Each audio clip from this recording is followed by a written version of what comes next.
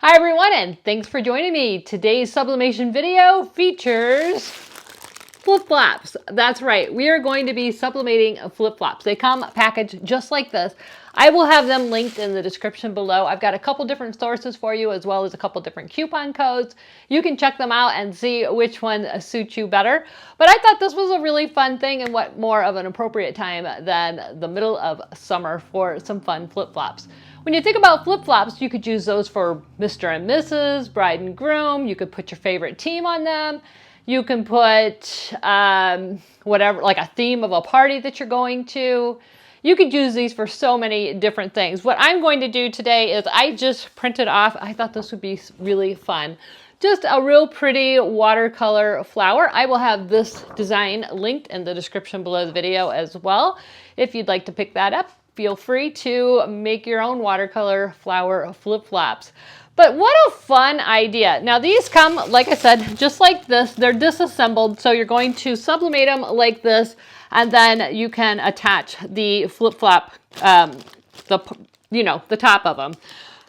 One thing I will tell you is you're going to need a printer that prints, depending on which size you get, but you could use an 8.5 by 14 or even an 8.5 by 11 perhaps. Let me see how long this particular shoe is. This shoe is, if you could print edge to edge on an 11-inch, you could do it. It's exactly 11 inches.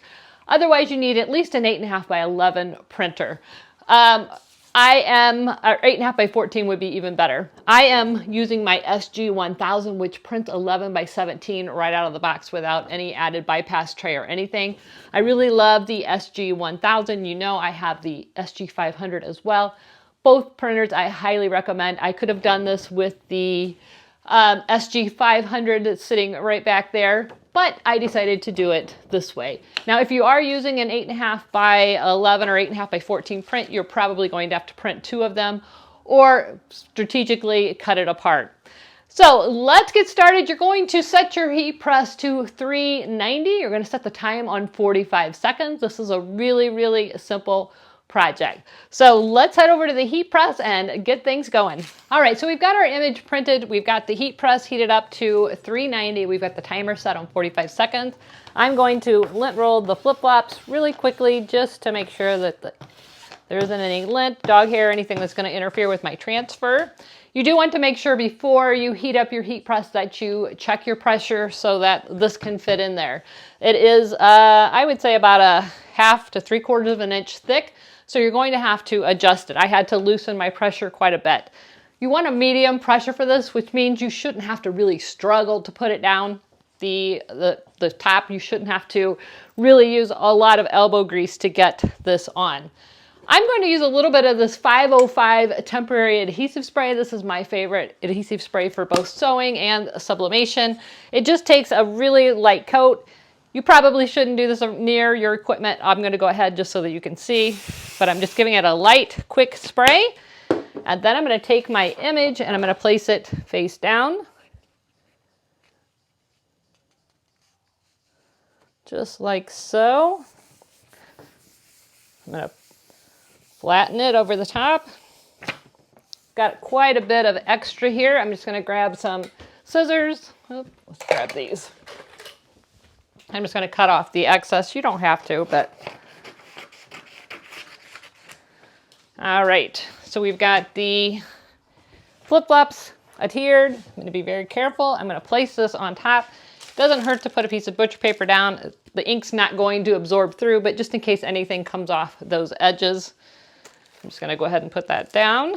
What I love about this heat press is this slide-out drawer. It makes it so easy to get everything prepped and ready without having to reach under that heated area, the element. I'm going to cover this with another piece of butcher paper. And again, 390, 45 seconds. You see how easily that closed. A medium pressure, you're not struggling to put it down. If it calls for a high pressure, then you're going to be using a little bit of elbow grease. You want to make sure when you're setting that pressure prior to heating it up, that you put it in there and kind of, I just put my finger through the middle to see if it can move. If I can move it, that's not enough pressure. You need to make total contact with it. So that's kind of how I gauge the pressure. If it wants a medium pressure, I'm not struggling to put it down, but I can't move it underneath the press. If you have a piece of paper sticking out, like your butcher paper, you can try to kind of tug on it. If you can move it, you need more pressure.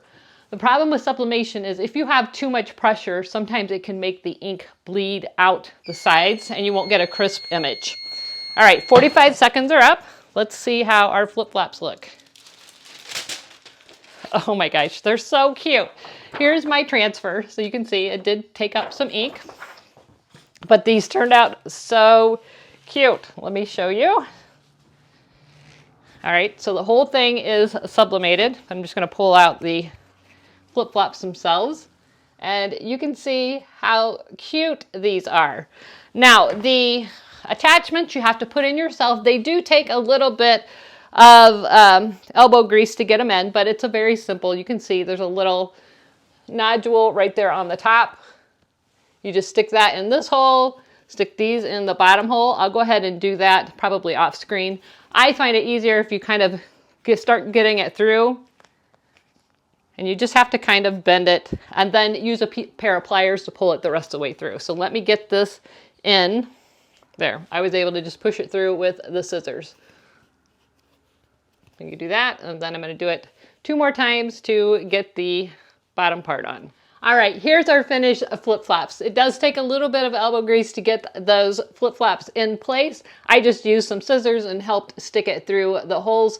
But how cute are these? And think of all the fun ideas that you could use to make personalized flip-flops. I'm thinking a girls' weekend would be fun and put, you know, GNO 2022 or something like that. Make everybody a pair of shower sandals or poolside sandals and put their name on them, something like that. A lot of fun. The kids would love these. They do have kids and adult sizes in these flip-flops.